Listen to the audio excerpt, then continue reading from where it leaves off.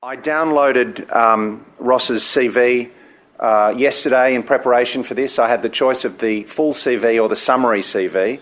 Let me just say that Ross's summary CV is longer than anyone else's full CV. Ross is a rock star of Australian public policy. He's a professor at the ANU and at Melbourne University, former ambassador to China, Prime Ministerial advisor, author of the Garnaut Climate Change Review, and really, I think, one of Australia's leading public policy entrepreneurs and public intellectuals. So we're delighted on Grattan and Lowy's part to have Ross speaking tonight. And the final reason is that Ross will be speaking, I think, on a really interesting topic, and that is climate change and trade policy. These are two areas of very deep expertise on Ross's part. They're also similar in important ways. They are important issues, diabolically complicated issues, very difficult issues. They're issues where Australia has a meaningful contribution to make, but ultimately where we are one of many players and where progress depends on international negotiations. So, ladies and gentlemen, those are my reasons. This is the city to have this discussion. These are the kinds of topics that we at the Lowy Institute are delighted to host, and on these topics Ross is the man to hear from. So, Ross Garnaut, can I ask you to speak to us?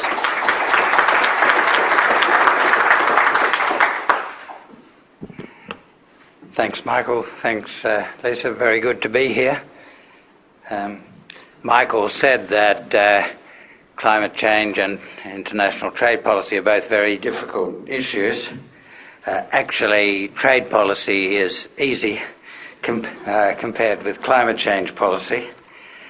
And the reason why trade policy is inherently easier, both require international agreement for optimal outcomes, but each country has a national interest in pursuing liberal international trade, reducing its own barriers to trade, whatever the rest of the world is doing. And so the fact that you can't get international agreement does not mean that you can't make progress. In fact, most of the very big progress in trade liberalisation has been made by countries unilaterally doing things in their own interest. And the brilliant period of trade liberalisation in the Western Pacific region, all the way from China and Japan down to Australia and New Zealand from the mid-80s to the mid-90s was pretty well entirely the result of unilateral liberalisation. Well, it's not like that with climate change. From a narrow national point of view, a country will have advantages in free riding on the efforts of others. You actually have to have an international agreement with participation from all substantial economies to secure strong outcomes. That's why I called this a diabolical policy problem.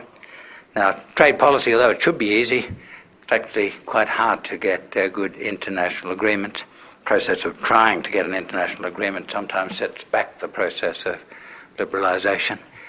So we have to hope that there are some dimensions of the climate change issue that make it easier, or there's not much prospect of effective mitigation.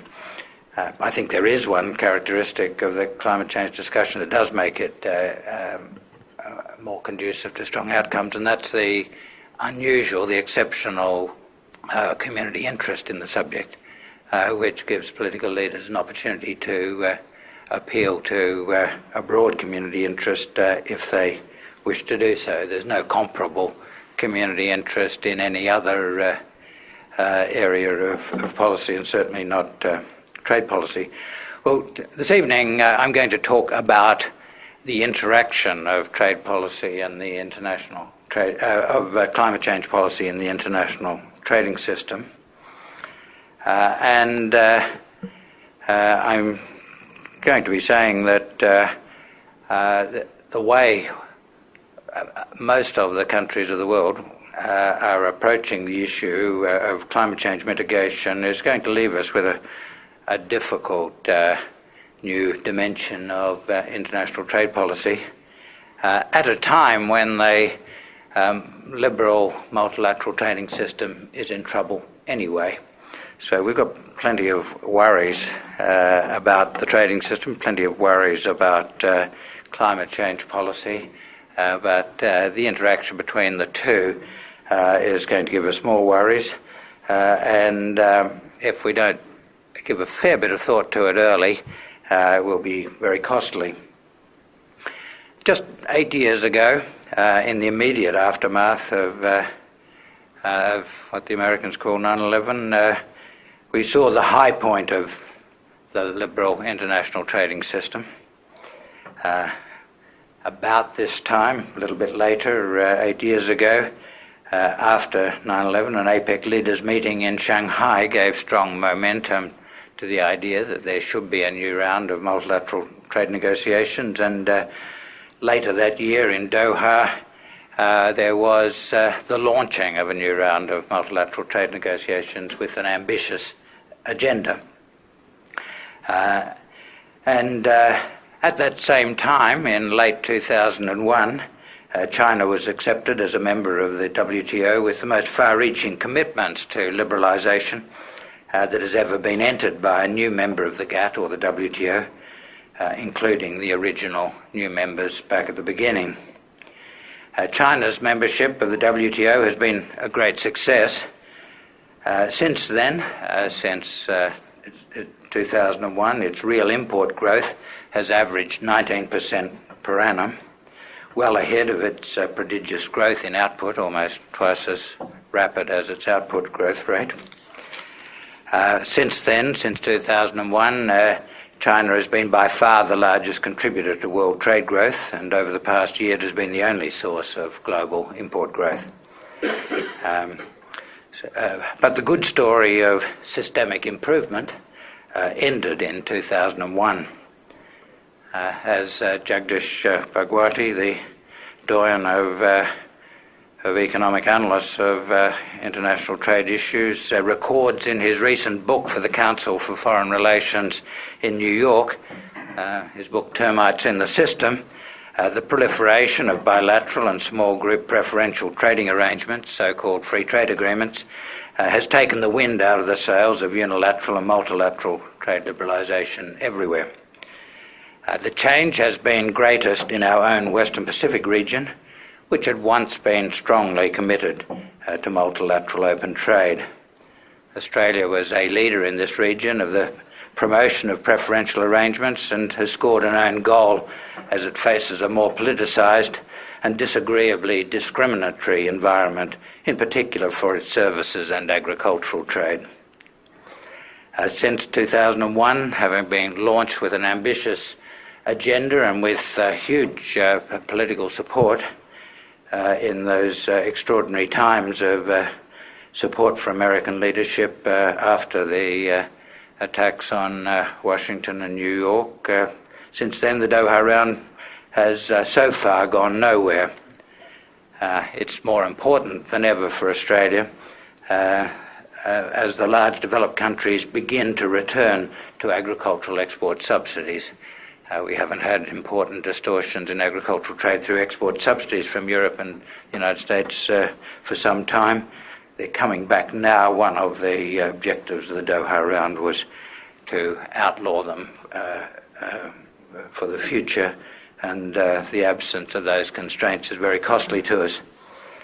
And if that wasn't enough trouble for the system, since the global financial crisis broke with the collapse of Lehman Brothers almost exactly a year ago, we have seen the proliferation of huge subsidies for industries producing traded goods in two of the biggest sectors in world trade, financial services and automotive products. A firm's international competitiveness, at least for the time being, is influenced more by the pattern of government subsidy than by comparative advantage. This should have been the harvest time for the world's efficient automotive producers, for the producers that pick the markets best, position them well to take advantage of the trends in the market, but they've actually been pushed backwards by the subsidisation of the companies which didn't pick the trends in the market. So the WTO system, the liberal multilateral trading system, is in deep trouble. And into this trouble, many countries are throwing another source of trade distortion associated with the mitigation of climate change. The problem is that countries are moving towards, or the source of the problem is that countries are moving towards the taxing of activities which generate greenhouse gases in different ways and at different rates. But the problem is such a problem because of the instinctive solution which is being favoured in many countries, including our own, but certainly not only our own. The instinctive response to the issue of different countries treating or putting different prices on carbon, introducing constraints on carbon use at different rates, is to compensate trade-exposed emission-intensive industries for the fact that a country is pricing emissions, and that this will increase the costs of emissions-intensive trade-exposed industries. The relevant premise of this approach is that competitors will not be increasing the cost of emissions-intensive industries by policy when our or the American or Japanese emissions trading scheme is working. Well, that premise is wrong, and the solution that is the instinctive solution in most places, certainly Europe, the United States and here, would be wrong even if the premise were right. First, the wrong premise. It's simply not true that Australia, if it implements an ETS soon, will be acting well in advance of all of its competitors. You hear those words in the debate all the time, but that's simply not the truth. And the reason why it's not the truth has several dimensions. First, Australia is way behind most advanced countries and many developing countries in seeking systematically to economise on energy use. Take Japan since the mid-1970s. Systematic efforts to discourage energy-intensive and polluting industries were introduced through the late 70s in Japan. We sometimes forget that it was those strong energy economising and environmental policies in Japan from the late 70s and the energy saving initiatives at that time that spurred the growth of the Australian aluminium smelting industry. You in fact had a transfer of considerable part of global capacity in aluminium smelting from Japan to Australia. And that left Japan with a more with an economy that was much less energy intensive in its industrial activities than Australia, when it hadn't been that way earlier in the 70s. In another case, California since the 1970s. California was, like Japan, driven by concerns for both energy security and environmental amenity, and it adopted strong mandatory controls on energy use in buildings, appliances, vehicles, but that spread through to costs in energy-using industries. These measures in Japan, California and other developed regions and countries have reduced greenhouse gas emissions to well below where they would have been under policy business as usual. That's one of the reasons why emissions per capita in California have hardly increased for several decades when they've doubled in Australia. These measures have substantially improved the competitiveness of Australian energy-intensive activities because we had no comparable measures to economise on energy use in Australia. And our response was quite appropriate. It wasn't appropriate for us to take measures to economise on energy use, to take the same strong measures on grounds of environmental amenity as it was for California and Japan and quite a few other countries, developed countries in the Northern Hemisphere. Before there was concern for greenhouse gas emissions, and at a time when Australia, with its much less dense population, had reasonably had less concern for environmental amenity. But it did lead to changes in the structures of the economy that gave Australian energy-intensive industries a big leg up, a big boost, and it affected the competitive positions of energy-using industries in many countries in the Northern Hemisphere.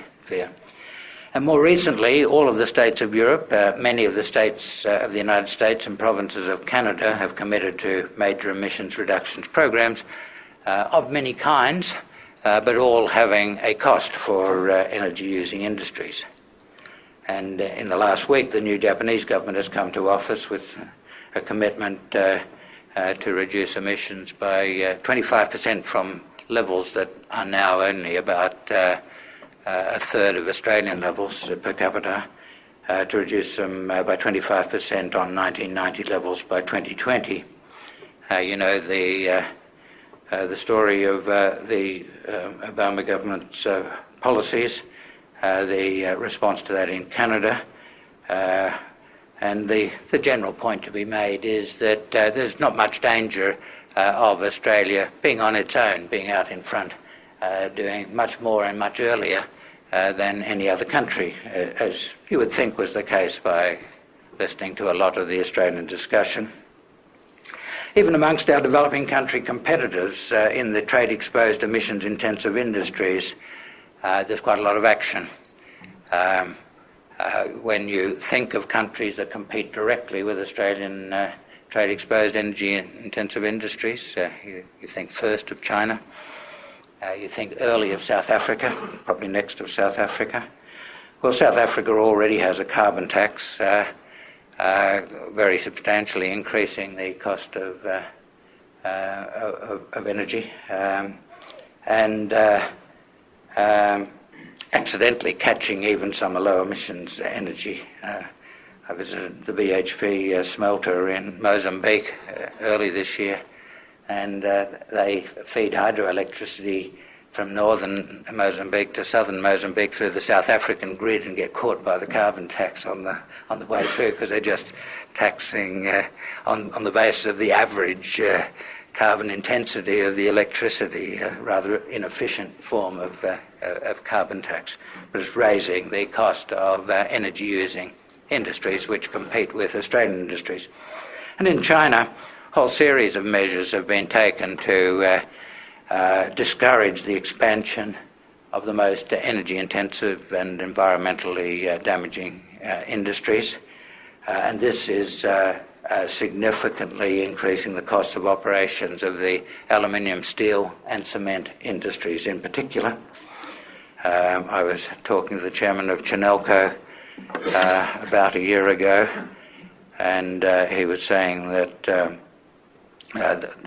the accumulation of these measures and the likelihood that they would go much further indicated that there wasn't much future for coal-based aluminium smelting in China, and so they'd be looking for expansion in places where there's low emission sources of energy, especially stranded sources, which are lower priced because they're not being used at the moment for other purposes. And since then, they've announced a 1 billion tonne per annum aluminium smelting plant using gas that had once been flared in Saudi Arabia.